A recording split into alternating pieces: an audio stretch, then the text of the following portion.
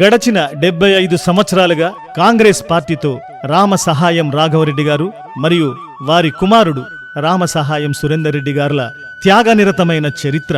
1947లో police action జరిగినప్పుడు administrative chief గా ఉన్న బ్రిటిష్ అధికారి అయిన సర్ మెలోడీ ఖమ్మం వచ్చినప్పుడు కాంగ్రెస్ పార్టీ తరఫున శ్రీ రామ సహాయం రాఘవరెడ్డి గారు పాల్గొని వారితో చర్చలు జరిపారు. ఆ తరువాత కాలంలో నెహ్రూ గారితో కలిసి కాంగ్రెస్ పార్టీలో పనిచేశారు.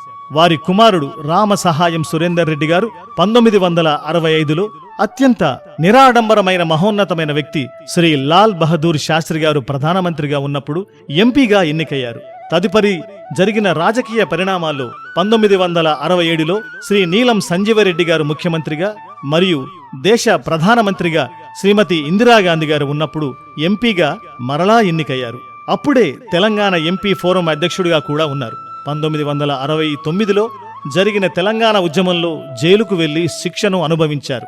దేశం కోసం ప్రాణాలర్పించిన శ్రీమతి ఇందిరాగాంధీ గారు ప్రధానమంత్రిగా మరియు శ్రీ పివి నరసింహారావు గారు ప్రధానమంత్రిగా ఉన్నప్పుడు వరుసగా 3 సార్లు ఎమ్మెల్యేగా ప్రజలకు తమ సేవలను కొనసాగించారు.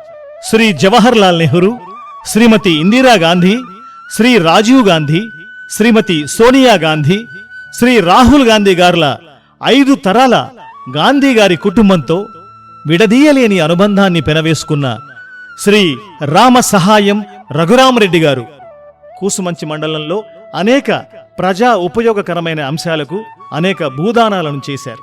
2023లో జరిగిన అసెంబ్లీ ఎన్నికల్లో కాంగ్రెస్ పార్టీ అధికారంలోకి రావడానికి శ్రీ రామ సహాయం రఘురామరెడ్డి గారు ఎంతో కృషి చేశారు.